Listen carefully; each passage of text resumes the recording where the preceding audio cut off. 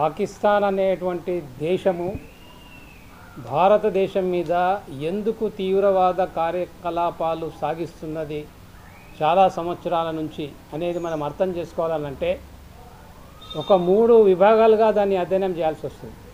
ఒకటి, పాకిస్తాన్ దేశం భారతదేశం నుండి 1947లో ఏర్పడడానికి గల కారణాలు, అది 1930 నుంచి 1947 వరకు ఈ దేశం లోపల భారతదేశ స్వతంత్ర పోరాటం జరుగుతున్నప్పుడు జరిగినటువంటి పరిణామాలు, పాకిస్తాన్ ఏర్పాటు చేయాలనేటువంటి శక్తులు అప్పుడు చేసినటువంటి కార్యకలాపాలన్నిటి గురించి కూడా మనం స్టడీ చేయాలి. ఇది మొదటి దశ. తర్వాత రెండవ దశ ఏంది, పాకిస్తాన్ ఏర్పడిన తర్వాత 1947లో అది బ్రిటిష్ ప్రభుత్వం యొక్క మద్దతుతోనే పాకిస్తాన్ డిమాండ్ అనేటువంటిది ఉద్యమము భారతదేశంలో నడిచింది. బ్రిటిష్ ప్రభుత్వం యొక్క మద్దతుతోనే పాకిస్తాన్ ఏర్పడ్డది. తర్వాత పాకిస్తాన్ ఏర్పడ్డ తర్వాత 1947 నుంచి 1971 వరకు ఏం జరిగింది? ఏర్పడ్డ ఒక నెల 15 రోజుల తర్వాతనే పాకిస్తాన్ తన ఆర్మీతోని కశ్మీర్ మీద దాడి చేసింది. ఇది 1947లో జరిగింది. తర్వాత 1965లో ఎందుకు అది యుద్ధం ప్రకటించింది భారతదేశం మీద. మళ్ళీ 1971లో పాకిస్తాన్ బంగ్లాదేశ్ లోపల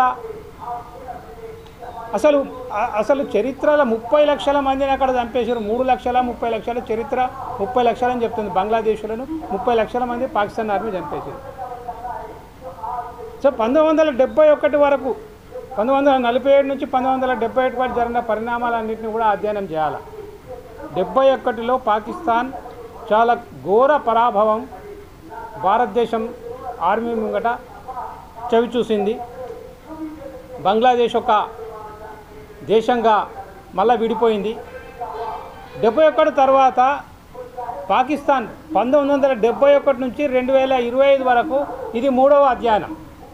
71 తర్వాత పాకిస్తాన్ ఏం నిర్ణయించుకున్నదంటే డైరెక్ట్ వార్, భారతదేశంతో డైరెక్ట్ వార్ చేస్తే ఓడిపోతాం అనేటువంటి దాన్ని దృష్టిలో పెట్టుకొని ఒక ప్రాక్సీ వార్, ఒక ఇండైరెక్ట్ వార్ అనేటువంటిది ఎట్లా చేయాలనేటువంటిది పాకిస్తాన్ ఒక వ్యూహరచన చేసింది. దానికి వాళ్ళకి ఐడియాస్ డెవలప్ కావడానికి కారణం ఏంటంటే పాకిస్తాన్ వెనకాల మొదటి నుంచి కూడా అటు ఇంగ్లాండ్ దేశం, అమెరికా దేశం 71 వార్ అప్పుడు కూడా అమెరికా అనేటువంటిది పాకిస్తాన్కు అండదండలు, ఇంగ్లాండ్ అండదండలు. దాని వెంబడి ఇప్పుడున్నటువంటి నాటో కంట్రీస్లో ఉన్నటువంటి కొన్ని దేశాలు కూడా పాకిస్తాన్కు అండగా ఉన్నాయి. సో ఎప్పుడైతే ఆఫ్ఘనిస్తాన్ లోపల రష్యా ప్రభావంతో ఆఫ్ఘనిస్తాన్ లోపల ఎప్పుడైతే ఒక ప్రభుత్వం నడుస్తున్నదో ఆ ప్రభుత్వాన్ని దించడానికి ఇప్పుడు మధ్యవర్తిస్తామని మాట్లాడుతున్నటువంటి అమెరికా ఈ తాలిబాన్ను సృష్టించింది. అక్కడ ఈ తాలిబాన్ అనేటువంటి దానికి ట్రైనింగ్ ఎక్కడ జరిగిందనంటే అది పాకిస్తాన్ ఆర్మీ ఇచ్చింది.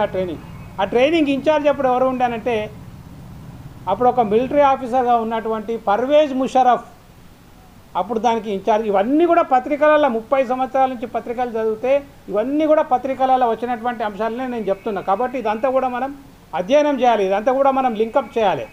సో తాలిబాన్కు ఎప్పుడైతే పాకిస్తాన్ ట్రైనింగ్ ఇచ్చిందో తాలిబాన్ ఫోర్స్కు, అప్పుడు వాళ్ళకు ఒక ఐడియా వచ్చింది ఏంటంటే భారతదేశం మీద కూడా మనం టెర్రరిస్ట్ క్యాంపులు పెట్టి పాకిస్తాన్లో, ముఖ్యంగా పాక్ ఆక్యుపైడ్ కాశ్మీర్లో కశ్మీరీలనే రిక్రూట్ చేసుకొని ఈ టెర్రరిస్టు క్యాంప్స్ అనేటువంటిది మొదలుపెట్టాలని 1990 ప్రాంతంలో తాలిబాన్కి ఇచ్చినటువంటి ట్రైనింగ్ అనుభవంతో క్యాంప్స్ అనేటువంటిది 1990 తర్వాత ప్రారంభమైనవి.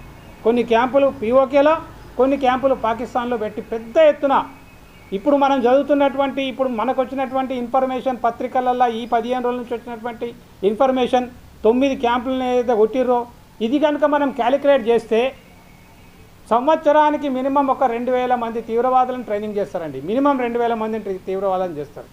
అంటే 1990 నుంచి అనంటే 35 సంవత్సరాలు. 35 సంవత్సరాలు కనుక మనం వేసుకుంటే సంవత్సరానికి 2,000 మందిని వేసుకున్న 70,000 తీవ్రవాదులను పాకిస్తాన్ ట్రైన్ చేసిందనేటువంటి ఒక అంచనా మనకు వస్తుంది. ఇంకా వేరే విషయాలు కూడా పత్రికలలో వచ్చినాయి.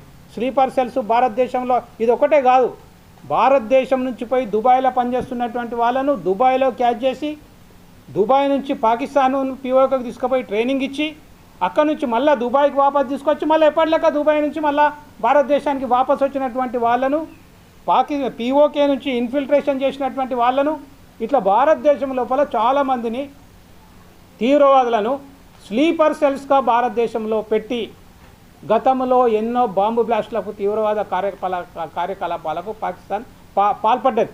ఉదాహరణకు హైదరాబాద్ లోపల Gokul Chat, Lumbini park bomb blast, Dilsukh Nagar bomb blast, అట్లనే మద్రాసులో జరిగినాయి, బాంబేలో జరిగినటువంటి అదైతే డైరెక్ట్ పాకిస్తాన్ నుంచి కసబైండ్ టీంను బాంబేకు పంపడం జరిగింది.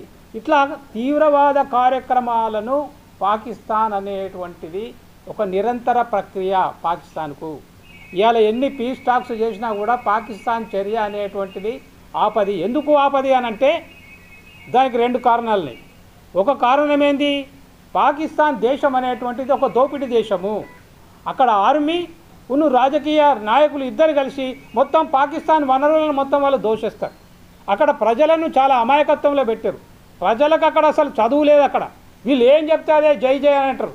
సో కాబట్టి అక్కడ పాకిస్తాన్ ప్రజలను ఒప్పియాలనంటే వాళ్ళు ఎప్పుడు భారతదేశం మీద ఏదో ఒక కార్యక్రమాలు, తీవ్రవాద కార్యక్రమాలు అనేటువంటి చేయాలి. ఇంకోటి ఏంది, అంతర్జాతీయ శక్తులు, ఇంటర్నేషనల్ శక్తులు ఏదైతే పాకిస్తాన్ వెనుక దేశంలో ఉన్నాయో, ఈ పాకిస్తాన్ అనేటువంటి దేశం భారతదేశం మీద ఎప్పుడైతే ఒక యుద్ధ కార్యక్రమాలు చేస్తేనే వాళ్లకు ఫండింగ్ అనేటువంటిది వస్తుంది.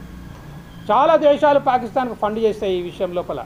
సో చాలా దేశాలు కూడా ఏంటంటే భారతదేశాన్ని అస్థిరపరచాలనేటువంటిది చాలా దేశాలకు ఉన్నది. ఇప్పుడు మనకున్నటువంటి రిపోర్ట్ ఏంటంటే ప్రపంచం లోపల మిలిటరీ శక్తి లోపల భారతదేశం అనేటువంటిది 4వ స్థానానికి వచ్చింది.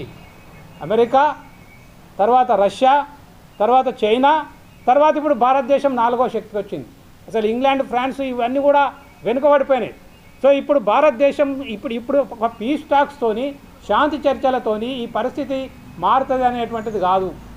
ఇది 140 కోట్ల భారతీయులకు సంబంధించినటువంటి అంశం, భారత ప్రభుత్వానికి సంబంధించినటువంటి అంశం. యావత్ భారతదేశంలో ఉన్నటువంటి 140 కోట్ల ప్రజానీకానికి మొత్తం కూడా ఈ యొక్క కేంద్ర ప్రభుత్వం కానీ, రాష్ట్ర ప్రభుత్వాలు కానీ, జాతీయ పార్టీలు కానీ, ప్రాంతీయ పార్టీలు కానీ అన్నీ కూడా యావత్ భారతదేశంలో ఉన్నటువంటి ప్రజలందరినీ కూడా దీని మీద ఎడ్యుకేట్ చేయాల్సినటువంటి అవసరం ఎంతైనా ఉన్నది. రానున్న కాలంలో ఒక యుద్ధ వాతావరణం రాబోతున్నది. మనకు అమెరికా వ్యతిరేకంగానే ఉంటుంది, చైనా మనకు వ్యతిరేకంగానే ఉంటుంది. మొదటి నుంచి మనకున్నటువంటి మిత్రదేశం రష్యా. ఇప్పటికి కూడా రష్యా 1971 యుద్ధంలో రష్యా మనకు అండగా ఉంది, ఇప్పుడు కూడా అండగా ఉన్నది. ఇంకా కొత్త దేశాలు మనకు అండగా వచ్చేటువంటి అవకాశం ఉన్నది.